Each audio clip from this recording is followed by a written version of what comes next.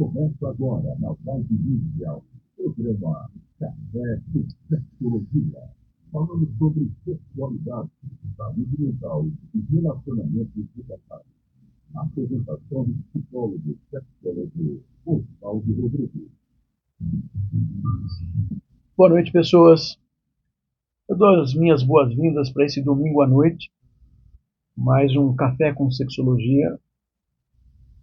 Nosso convidado dessa noite é o professor Ronaldo Trindade, antropólogo. Ronaldo, boa noite, obrigado por ter vindo. Olha, seja bem-vindo mesmo, porque eu estava aqui curioso, como é que nós vamos contar para as pessoas o que a antropologia tem a ver com a sexualidade? Por favor, Ronaldo. Osvaldo, boa noite. Café com Sexologia. Osvaldo, primeiro obrigado pelo convite, estar aqui. É sempre muito bom, né? Num domingo à noite, estar falando sobre coisas tão agradáveis como antropologia, como sexualidade. Mas, para começar respondendo a sua pergunta, a antropologia, Osvaldo, ela é uma ciência, né? Ela é uma ciência que ela foi fundada, né, no que a gente chama de mundo ocidental, né, mundo euro-americano. Portanto, é uma ciência, né, foi uma ciência pensada, né, elaborada ali no final do século XIX, no início do século XX, né, quando a Europa estava entrando em contato com tantas sociedades diferentes, né? Sociedades africanas, sociedades asiáticas, sociedades indígenas. Então, a antropologia ela foi pensada como essa ciência que ia explicar para a Europa, né, as características sociais, culturais desses povos, né, com quem ela estava começando a ter contato, né, de formas diversas. Isso no início dela, né? Mas a antropologia, né? O mundo mudou, né? Muitas dessas colônias hoje em dia se tornaram nações, né? Mas a antropologia ela preservou por hábito, né? Digamos assim, ter um espaço de reflexão sobre a alteridade, sobre o outro, né? Então, a antropologia é aquela ciência que ela vai pensar sobre um modo de vida que é diferente do nosso ou da maioria das pessoas, né? Porque assim, você sabe que a alteridade ela pode estar fora de casa, né? Pode estar em um outro país, uma aldeia indígena, né? Uma outra comunidade, mas a alteridade está entre a gente aqui, né? No sentido de que homens são diferentes de mulheres, negros são diferentes de brancos, né? Nordestinos são diferentes de turistas, né? Enfim, né? E mesmo no interior, né? Das metrópoles, das cidades, né? A gente tem diversos grupos diferentes que se relacionam ou às vezes se distanciam, né? Então o antropólogo ele está aí para entender, digamos assim, como é que esses grupos ou esse outro entende a sua própria vida, quais são os valores, as coisas que ele, né, as coisas que ele dedica a sua atenção, as suas atividades, mas fazendo o esforço para não tentar avaliar a postura do outro pelos nossos olhos. É fazer o esforço de se colocar sobre o olho do outro, né, para ver como ele experimenta o mundo e ver o que isso pode mudar nos nossos preconceitos, né? Na nossa a maneira como a gente vê às vezes o mundo a partir, né, do nosso umbigo, né? A antropologia ensina que a gente vive num mundo diverso e que é preciso aprender a se relacionar com ele. Caramba, eu estava aqui pensando tudo isso que você está contando aplicado à sexualidade, e isso é barbaramente congruente com o que nós temos que discutir a respeito de sexualidade. Osvaldo, e a antropologia, desde muito cedo, ela percebeu que a sexualidade era uma marca distintiva, né, dos diferentes povos que habitam o mundo, né? Tanto que, por exemplo, você vê ali pelo início do século XX, né, uma das maiores antropólogas de todos os tempos, que foi a Margaret Mead, né? A Margaret Mead escreveu um livro que nos anos 30 ele virou um best-seller, apesar de ser um livro de antropologia, né? Que é o Sexo e Temperamento.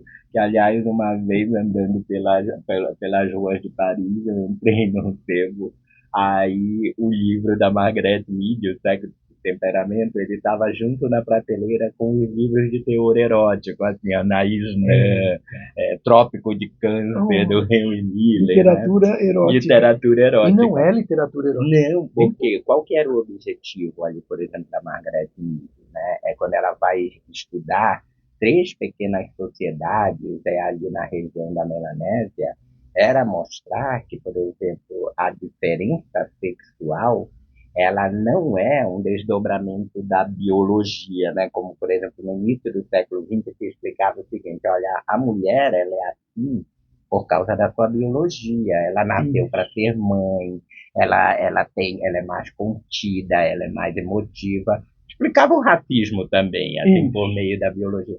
E o que a Margaret Mead ela foi fazer, ela está dizendo, olha, eu estudei uma sociedade aqui que a relação entre homens e mulheres era de complementaridade. Uma outra sociedade em que eles eram extremamente rivais. E uma outra sociedade que ela funciona como o inverso da nossa, por exemplo.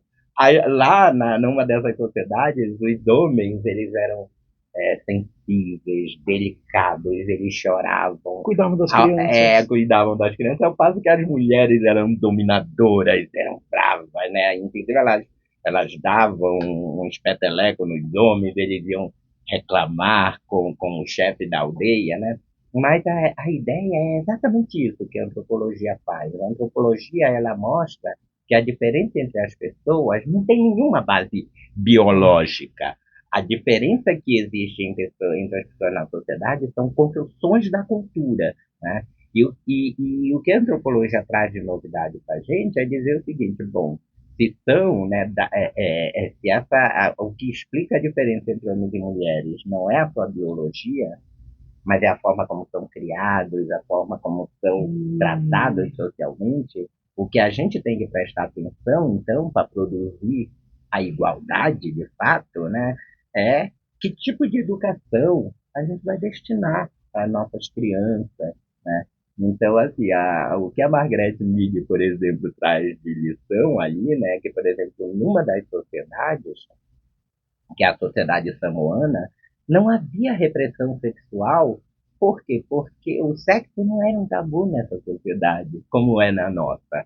Por isso que os adolescentes, segundo a Margaret Mead, chegavam aos 16, 17 anos, né, cercados de repressão sexual por todo lado, e eles tinham, aí a adolescência virava um período muito turbulento.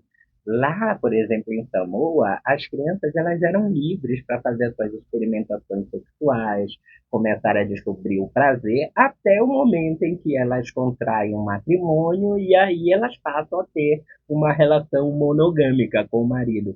Mas o fato de passar a infância e a adolescência sem repressão sexual cria uma sociedade mais como é que eu digo, mais colaborativa, menos violenta, menos estressada, né? Quer dizer, há mais de 100 anos, a própria antropologia reconhece que existe não uma forma absoluta de se entender o que se chama de sexualidade, mas ela é muito relativa. Isso implica que culturas diferentes têm expressões sexuais diferentes. E, na verdade, você estava contando que num país igual ao Brasil, estados diferentes têm formas diferentes, mesmo que o discurso não seja esse. Discurso significa aquilo que a gente verbaliza como se fosse a verdade para todo mundo. Nós falamos que no Brasil se fala português. Sim, mas tem uma série de vírgulas, porque tem os sotaques, as palavras que só são usadas em determinadas regiões, e sexualidade é mais complicado ainda, porque isso não se fala facilmente. Oswaldo, você pegou um exemplo muito bom, que é pensar, por exemplo, O Brasil é um país de dimensões continentais, né? O Brasil é quase do tamanho da Europa, se a gente for pegar, né? É do tamanho da Europa. Então, isso quer dizer, né, que o Brasil, nós só falamos a mesma língua e nós nos sentimos partes do mesmo povo por conta de uma história, de uma imposição colonial, né? Que nos fez parte. Toda nação ela é uma imaginação, né? Toda nação é uma comunidade imaginada. E fez com que nós nos sentíssemos parte do mesmo país. Mas, né, se você está conversando com alguém, né, de Minas, alguém de Belém, alguém do Rio Grande do Sul, você vai ver que tem uma variação enorme ali em termos da língua portuguesa, né? No entanto, a gente diz assim, tem uma língua oficial, uma língua hegemônica, que é aquela que é cobrada de você nos exames, nos testes, que você tem que aprender a falar.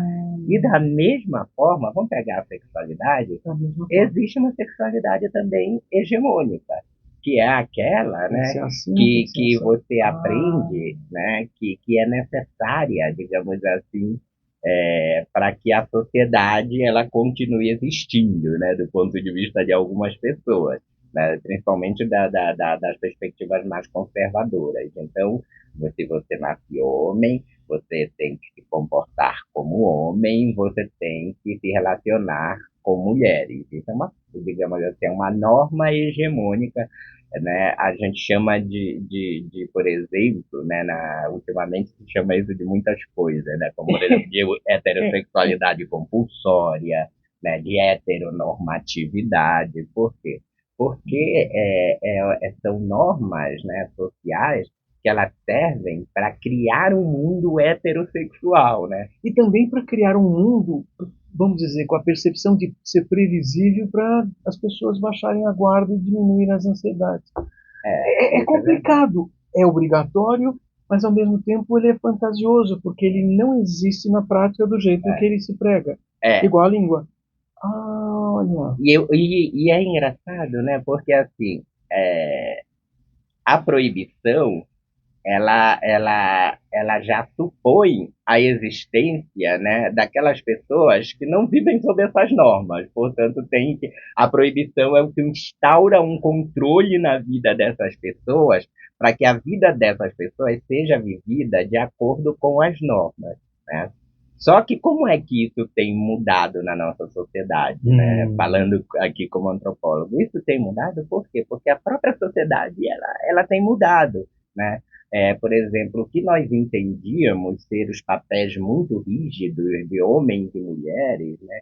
Agora a gente passa por transformações. Eu sou de uma época, né, em que se os rapazes aparecessem ali no TikTok fazendo aquelas dancinhas e ele ia chegar no outro dia no grupinho de amigos deles e ia ser achincalhado, né? Hoje em dia, por exemplo, não há mais uma relação direta entre você expor, tendo, digamos assim, um homem heterossexual, de você expor o corpo, de você dançar, de você sensualizar, né? E isso oferecer um risco para a sua sexualidade. Mas isso é possível, por quê? Né? Porque a gente veio aí de uma história, né, de enfrentamento desses padrões, né? E o Brasil, particularmente, é uma história muito rica de enfrentamento, né? A gente viu ali desde dos anos 70, né, a Tropicália, né, o Caetano Veloso dançando com batom na boca, requebrando, imitando Carmen Miranda, mas ao mesmo tempo afirmando-se como um homem heterossexual. Então, por exemplo, a gente vê aí, né, que coisas que mulheres não podiam fazer porque senão seriam consideradas masculinas, né? Hoje em dia a gente vê as mulheres reivindicando, né, o direito, né, a exercer profissões, né, como por exemplo motorista de caminhão, né, motorista de aplicativo, piloto, né, trabalhando na construção civil. Ainda assim, você sabe que tem uma questão legal: mulheres nos seus empregos não podem carregar mais que 25 quilos. É engraçado, né? Você está falando de uma mulher que pilota... Aí eu sempre penso, quem é que mede isso, né? Quem é que diz, até 25 dá para elas carregarem, mas não dá não. Normalmente, se você for ver um homem que faz isso, né, Ainda tem, as regras ainda são que- mantidas por padrões anteriores, mesmo assim. Isso é uma coisa interessante da gente ver, porque, por exemplo, uma das coisas que um antropólogo que estuda, né, questões relacionadas à sexualidade, como é o meu caso, a gente sempre está atento, são as mudanças nos códigos de comportamento, né, que elas variam de sociedade para sociedade, mas elas variam também no tempo, né? Por exemplo, a gente sabe que quem viaja pela Europa, né, a gente brasileiro, né, às vezes a gente ficava chocado, né, de estar num parque público, aí tá, as pessoas estarem lá, as mulheres tirando a blusa para tomar sol, né, e aquilo é uma relação com o corpo, né, que é muito liberal, é muito permissiva, E né, aqui e não tal, é. e aqui não é, né, então a gente vê, por exemplo, que diferentes, né, sociedades lidam de forma muito diferente com a questão da sexualidade. Então, há uma diferença entre a sociedade, mas há uma diferença no tempo também, né? Porque a gente estava comentando isso, né, sobre o show da Madonna, um pouco antes de começar. No final dos anos 80, início dos anos 90 no Brasil, nós tínhamos um programa como Armação Ilimitada, que tinha um trisal que verdade. viviam com um jovem adotivo numa relação ali, numa família completamente, né, digamos assim, não heteronormativa, não dentro do sistema. E aquilo pra gente passava, sei lá, passava na sessão da tarde, no horário cedo, Verdade, né? e era tão normal. A Madonna, quando ela fez aquele show, né, do erótica e tal, né, a gente ficava fascinado, né, enquanto ela era revolucionária, o quanto a sexualidade estava sendo desafiada. Eu acho que por questões, né, muito peculiares da nossa história, nós passamos por um endurecimento moral, né, um endurecimento moral.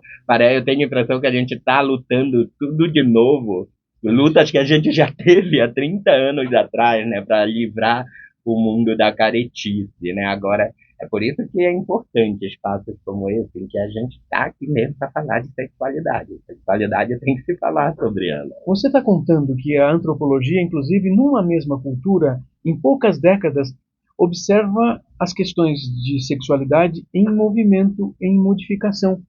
Então, a modificação é constante e para isso é necessário ter uma ciência que observe dentro de uma mesma cultura essas modificações e as comparações com outras culturas. E que perceba também o papel dos indivíduos nesse processo de transformação, né? Porque, digamos assim, é claro que o mundo muda, mas tem sempre alguém ali que está levando os primeiros tapas para que o mundo mude, né? Como, por exemplo, as nossas companheiras feministas, né? Que elas estão aí numa luta ferrenha que envolve não apenas ter direito, né, ao seu corpo, ter direito a seus orgasmos, ter direito ao seu prazer, mas também lutas mais diretas, né, pensar questões, por exemplo, né, de quando o aborto se transforma numa questão de saúde pública, né, de quando, por exemplo, a questão da prostituição ela tem que ser regulamentada, né, e quando as questões, por exemplo, né, envolvendo a constituição de famílias, né, não heteronormativas, quando elas precisam ser amparadas pela lei. Então, assim, a sociedade ela está mudando, né? Por quê? Porque as pessoas que elas eram, né, vítimas, digamos assim, elas eram excluídas desse modelo de sociedade perfeita, né? Ou desse modelo, né, de gênero mais tradicional, as pessoas que se sentiram vilipendiadas por isso, elas começaram a se organizar, elas começaram a protestar, elas começaram a propor outros modelos de família, outros modelos de sociedade. Então, a antropologia é aquela disciplina, a ciência que está lá atenta, né, a isso que as pessoas estão fazendo, por que elas estão fazendo isso, como estão fazendo.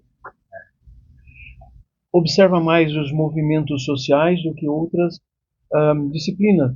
A gente da psicologia, vocês sabem que nós aqui do Café com Sexologia, do Instituto Paulista de Sexualidade, aliás, o professor Ronaldo dá aula no nosso curso de Sexologia Aplicada, que é para profissionais que querem entender mais sobre sexologia. Mas nós, basicamente, então nós somos de formação da psicologia, nós sempre prestamos atenção no indivíduo.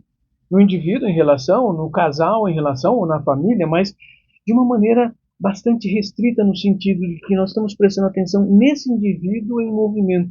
Você está contando que você tem, com a antropologia, olhar o movimento das pessoas numa cultura e que existem pessoas e grupos, como se disse, que se levantam para levar o primeiro tapa. Mas o levantar-se é uma parte do movimento. Se essa pessoa se levantou hoje, pode ser que ele não vá fazer movimento nada, ele só apareceu e saiu. Mas aí aparecem outros e outros. E isso não é uma.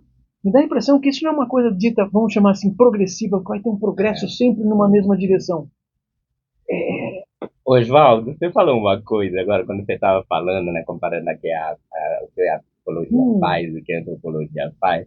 Você sabe que logo no início, né, ali pelo final do século XIX, início do século XX, estava todo mundo assim, embolado naquele miolinho ali, a sociologia, a antropologia e a psicologia, que você ficava pensando, mas o que cada uma delas faz, né? Aí a sociologia disse, bom, nós estudamos a sociedade, nós estudamos, então a sociedade é nossa, nós estudamos os grupos sociais e tal. Aí a psicologia diz assim, nós estudamos a psique, nós estudamos o sujeito, nós estudamos o indivíduo, aí a antropologia fica dizendo, bom, mas se um está com a sociedade, um está com o indivíduo, com o que eu fico? A antropologia, ela se localiza exatamente nesse entremeio, né? Porque a antropologia, ela vai pensar, né, a sociedade por meio da cultura, mas a cultura, né, ela é, digamos assim, uma construção, né, que se dá, por isso que no início ali a Margaret Mead mesmo, por exemplo, ela era de uma escola chamada Cultura e Personalidade, que dizia que, por exemplo, a cultura, né, ela é como uma espécie de personalidade de cada sociedade.